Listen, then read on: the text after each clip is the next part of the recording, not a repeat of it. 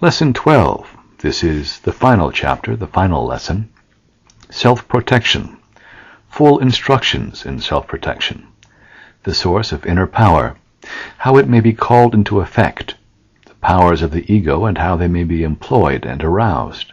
This lesson alone is worth more than the price of the book.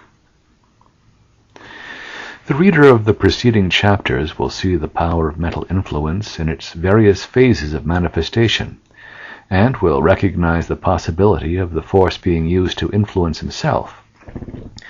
The question that will naturally arise in the mind of every student and investigator of this important subject, and which comes to all at some time, is, how may I protect myself from the use of this power against myself?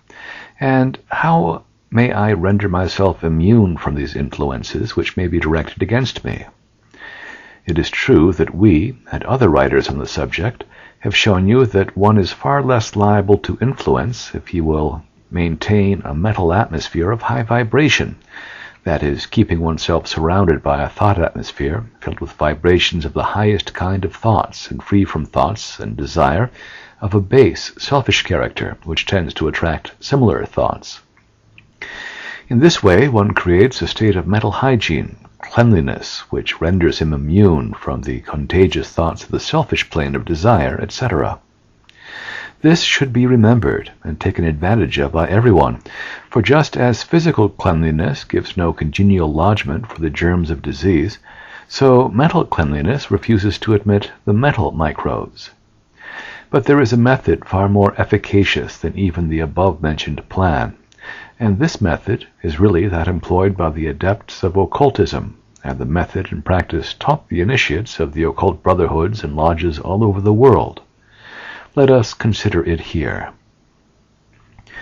In the first place, without entering into a statement of the details of the high occult teachings, we wish to inform you that the basic principle of all such teaching and instruction is the fact that within each of us, in the very center of the being of each individual, is the very heart of hearts of the immortal ego, is what occultists know as the flame of the spirit.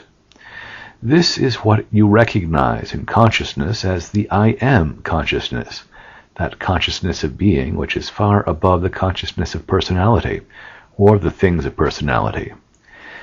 It is that consciousness which informs each individual unmistakably that he is actually an individual being. This consciousness comes to the individual by reason of his contact with the great one life of the universe. It is the point of contact between the part and the all. And in this part of a man's consciousness, coupled with the sense of being an I, there resides a spark from the divine flame of life and power, which is what has been called the will of man.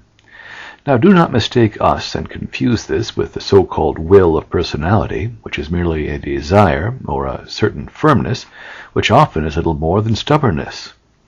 This inner will is real power, and when once recognized may be drawn upon as a source of unending and unfailing strength. The occult adepts have developed the consciousness of this power within and use it freely. This is the result of years of practice and correct living and thinking.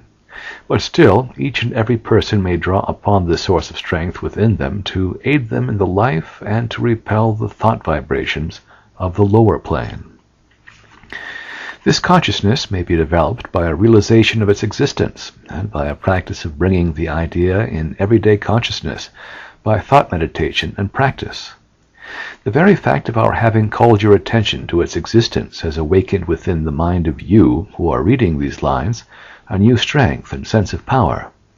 Think a moment and see whether you do not feel a dawning sense of strength within you that you have not realized so fully before this moment. A continued recognition in your everyday consciousness of this something within will develop your ability to manifest it.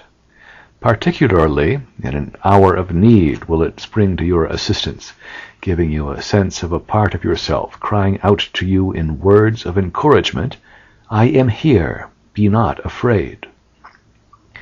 It is very difficult to give you this method in writing or printed words, but if you will enter fully into a recognition of this inward power, you will find yourself developing a new power of resisting outside influences that will astonish you. When you come in contact with people who are seeking to influence you in any of the ways mentioned in the preceding chapters of this book, or in other ways, you will find yourself able to defy their mental attacks by simply remembering the strength immanent in your I, aided by the statement, made silently to yourself, I am an immortal spirit, using the will within my ego. With this mental attitude, you may make the slightest mental effort in the direction of throwing out from your mind vibrations which will scatter the adverse influences in all directions, and which, if persisted in, will cause the other person to become confused and anxious to let you alone. With this consciousness held in mind, your mental command to another, let me alone, I cast off your influence by the power of my spirit, will act so strongly that you will be able to actually see the effect at once. If the other person be stubborn and determined to influence you by words of suggestion, coaxing, threatening, or similar methods, look him or her straight in the eyes, saying mentally, I defy you, my inner power casts off your influence. Try this the next time that anyone attempts to influence you, either verbally or by thought waves, and see how strong and positive you will feel, and how the efforts of the other people will fail. This sounds simple, but the little secret is worth thousands of dollars to every individual who will put it into practice. Above all, put out of your mind all fear of other persons. The feeling of fear prevents you from manifesting the power within you to its full extent. Cast out fear as unworthy and hurtful. Not only is the case of personal influence in the actual presence of the other person may be defeated in this way, but the same method will act equally as well in the matter of repelling the mental influence of others directed against you in the form of absent treatments, etc. If you feel yourself inclining toward doing something which in your heart you feel that is not to your best interests, judged from a true standpoint, you may know that consciously or unconsciously someone is seeking to influence you in this way. Then smile to yourself and make the statements mentioned above, or some similar one, and holding the power of the Spirit within your I, firmly in your mind, send out a mental command, just as you would in the case of the actual presence of the person himself or herself. You may also deny the influencing power of existence by asserting mentally, I deny you the power to influence me. You have no such power over me. I am resting on my knowledge of Spirit and its will within me. I deny your power out of existence. This form of denial may be used either in the case of absent influence or personal influence. The result is the same in all cases. In repelling these absent influences, you will at once experience a feeling of relief and strength, and will be able to smile at the defeated efforts of the other person.